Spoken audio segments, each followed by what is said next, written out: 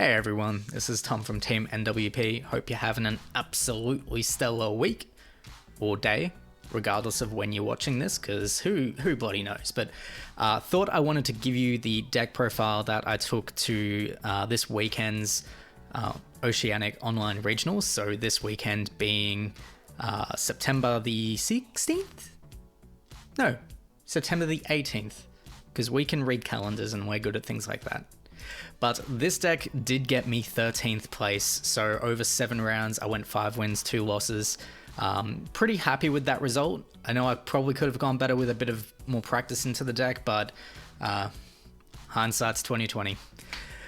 But let's go over the list and a few of the changes that I'm gonna hopefully try and make to the list, as well as a couple of card choices and text and stuff like that. As always, link to this deck will be in the description below. If you do want to stick around, I'll showcase a little bit of a combo, or at least some sequencing about how I piloted the deck across mostly like my turn 3, turn 4 defensive plays. So covering off the 2 unisons that we ran. Now, initially I wanted to run the baby unison, mostly because this baby unison is busted, but we weren't able to access any before the event. So we ended up opting for the Tachyon unison from set 14. Now, between the two, baby is probably the clear winner, so if you have access to it, I reckon that is the stronger unison, but I don't think this unison is bad at all. In fact, I think if you're wanting to do a more spirit boost centered deck, then this may even be better than baby, depending on what you're trying to achieve. Now, one of the main differences is that this has an auto of when you spirit boost during your turn, you can bounce back one of your opponent's battle cards with an energy cost equal to or greater than their current energy. So this came up a lot. So many times I've been able to just make my opponent work that a little bit harder to keep their battle cards in play. And given that I was pretty much stalling out until the later turns, it gave me the control I needed. Between that, between God Sealing, between Bojack, I was able to basically control the board very well. Now, the big thing between the draw effects between this and baby, which I don't like about this, they both are +2s, which is fantastic, but with Tachyon we have to switch it to rest mode to draw a card, which is kind of crap, because it's a 19k beat stick otherwise. It does make it harder for our opponent to attack into it, being 19k over 15k, but still, switching it to rest mode kinda sucks. The ±0 did not come up one bit. With the alterations to the deck, I reckon it will, but as it is, it didn't come up one bit, so it's neither here or there. So aside from that, we ran the Boo Unison, which Boo needs very little explaining. Everyone, especially anyone who knows Blue and has faced Blue, knows what this card does, knows how bonkers it is, and it wins games. Just straight up, this card wins games. Now, to go over the way we ran the core of the deck. So we centered the deck around being able to be interactive with the Galactic Buster Bojack engine. So we ran the 3 Galactic Buster, 1 of the 8-drop, and 4 of the 4-drop Evildoer. The 8-drop only came up a couple of times. It wasn't really needed when it did come up, but it just helped close out that game a little bit further. But the 4-drop is definitely the MVP. So being able to just bottom deck anything from our opponent's board when we put it in play, so long as it doesn't have barrier, is just fantastic. So like in a game against a set 14 Boo player, when they got out the big 5-drop, this was my immediate answer to it, which, given that it didn't go to drop, my opponent got nothing from it, and effectively that's what won me the game in that instance. Now, aside from that, we would usually try to go in with these 2 cards to be both offensively and defensively. Being offensively with this Tachyon is fantastic. It is a limit 1, which means we can only use this card's activate main to bring it into play once per turn across all copies of the card, but that's kind of fair. So for 1 blue, we spirit boost a marker down from our unison and we put him in play, and then we draw a card. We've got a 20k double striker on board. So usually, best case scenario, I was able to build up at least 2 to 3 of these per game, which that's a lot of pressure. And this Goku, again from set 14, I reckon is one of the most underrated blue cards in the game at the moment. So more specifically for blue Saiyan leaders, of course, but The activate main for 1 blue, if your leader card is a blue Saiyan and you have 3 or more energy, play this card from your hand and draw a card. So it's got deflect and it's got blocker, which means if we want to be defensively for 1 energy, that's pretty good, as well as the fact that it's not a limit 1, it's not unique, we can just pump 3 of these out if we want for 3 energy, swing with leader, untap 2, we've got 3 blockers on board. That's fantastic in my opinion. But the other thing which I use this card for is just being a big 15k beat stick. If I was going in against something that I knew would likely counter or want to counterplay the battle card I put down, then I would usually opt to put this down and swing with this instead, just to get that pressure on board.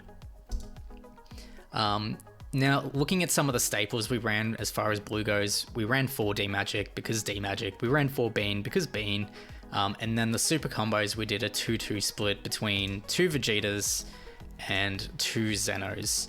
The Vegeta obviously there for the draw power, we bottom deck 1, we draw 2, but then Zeno here is primarily here so that we can recycle our Bojack Galactic Buster engine. So we pick up a card from our energy, so long as it's our opponent's turn, we have 5 or less life, pick up a card from our energy, put another one down from my hand, and then we effectively turn our Galactic Buster engine back up online. So very, very good, very good. Then as far as our other tech choices go for the deck, you'll notice that I don't actually have Heroic Prospects in here at all, and that was 100% intentional. In comparison between that and Oceanus, Oceanus is hands down better in almost every way.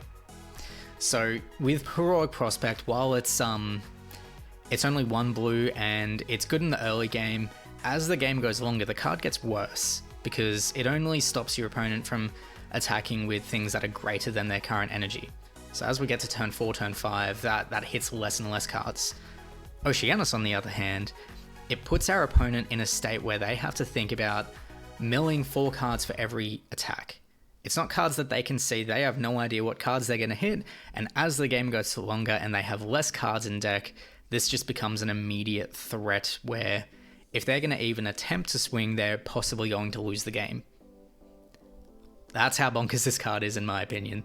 The auto does nothing because we got no Shadow Dragon leader, but nonetheless, I don't know why Bandai didn't limit this to Shadow Dragon leaders only, because this being a generic counter doing what it does is absolutely disgusting.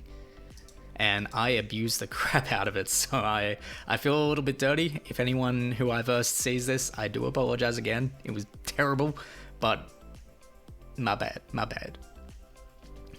Rounding off some of our finishes of the deck, we ran 1 8-drop Fu, 1 10-drop Fu, and then we also ran Supreme Kai as our secret rare, and well as 1 Champa to help close out those games. 8-drop Fu, I reckon, still has a place in this meta, particularly in blue, where you can deal with a lot of the threats our opponent's going to put down. I wouldn't typically play this against blue, nor would I play the big 8-drop the big 10-drop, because they're just too risky to tap that much energy for something that could get bounced back to hand. But against almost every other single color, these 2 cards are great. Champa obviously there for just closing out that last 2 energy, especially on a leader swing. So when we swing with leader, we chuck a double strike on it, and then we're able to just close out the game that way, because there's very little in the game that will take double strike away from the leader or interact with the leader too much. Red has a lot that'll do that, but outside of that, there's not really a lot. And then obviously Supreme Kai there. I don't have access to Baby Hatch. I probably would have run Baby Hatch over this, but this is still probably the best generic secret rare in the game. And then rounding out the last 2, I guess, core cards, we missed God Sealing because God Sealing is still a busted counterplay, which being able to hit anything that doesn't have deflect, no energy cost, check, or anything like that is busted, still busted. And then Draw Rapes, because who does not love Draw Rapes? And in blue, we're able to just constantly restand our energy. It just becomes that much better. Now, these last 3 are simply just our tech choices for the current meta. 1 Jiren, mostly because I was worried about the big 7-drop Android 17 coming out. I didn't actually face any blue ramp that would actually put that down, so that never came up. I would have put the Borgos in place of this, but I didn't have a Borgos, so we only played the one black Gohan for blue hate, and then the last two we played 2 Deborahs.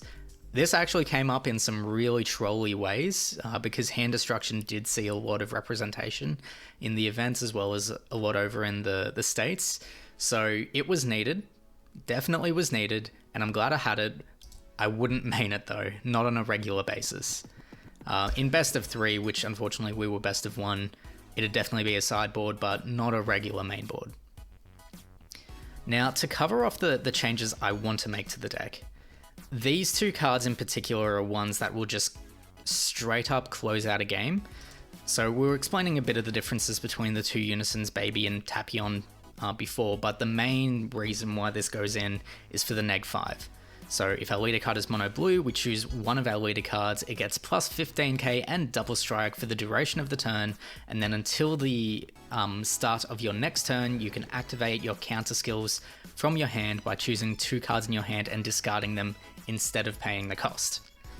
So the idea is we have this on board, we neg 5, give leader double strike. If they try to counter with a floodgate or anything like that, we then use the counter of big golden ape baby. So effectively we just say, no, my attacks are going through, you can't stop me. And then we get this big triple striker on board, which can bottom deck something ignoring barrier and draw us a card. And who doesn't like that? Obviously not our opponent, but we certainly do. And the last little tech choice that I'll probably try putting in is this SS Bardock Spirit Resonance. Essentially in a nutshell, for a limit 2, which means we can only use this card skill twice per turn across all copies, we Spirit Boost 2 markers down, and when we combo with this card, we switch our leader back to active mode, and we give the leader plus 5k for the turn. It does negate its keyword skills and its non-keyword skills, which isn't ideal, but if we've already given the leader 10k from the Tapion, then our leader's going to be swinging pretty darn big. And then we can do this again, it gets another 5k, just another great way to help close out games. Okay, so we'll jump over here to show you how I tried to sequence my turn 3 onward defensive plays. So ideally what we want to have is our Bojack pieces in our energy, unison up, and leaving at least 2 energy open. 2 energy is probably just ideal, that's all you'll need. But in hand we want to see 1 Oceanus, ideally a Draw Ape to pish off the Oceanus, our Xeno Super Combo, and our Galactic Buster. If we didn't see the Galactic Buster pieces and had to charge this like a pleb, then it doesn't matter. So long as we've got the Xeno and that in energy and a Bojack piece in energy, we're good to go. So, in short, when our opponent swings, we're going to pretty much just try and stall them out, tap 2 for Oceanus. If they have no response, then we play it. We still have to discard either way, which is why we have our Draw Ape here, so that we're not losing too much card advantage. Now, if our opponent is a dum-dum and tries to power through it, milling so many cards before they do, then we wanted to stall them out or even just start getting a bit more aggressive during our next turn. We can either block if we want to defend our leader or our unison, depending on what they're doing. If they're smart, they might just swing at the unison, that way we don't get to interact because we get no defensive step, but that's why this being a blocker is again so busted.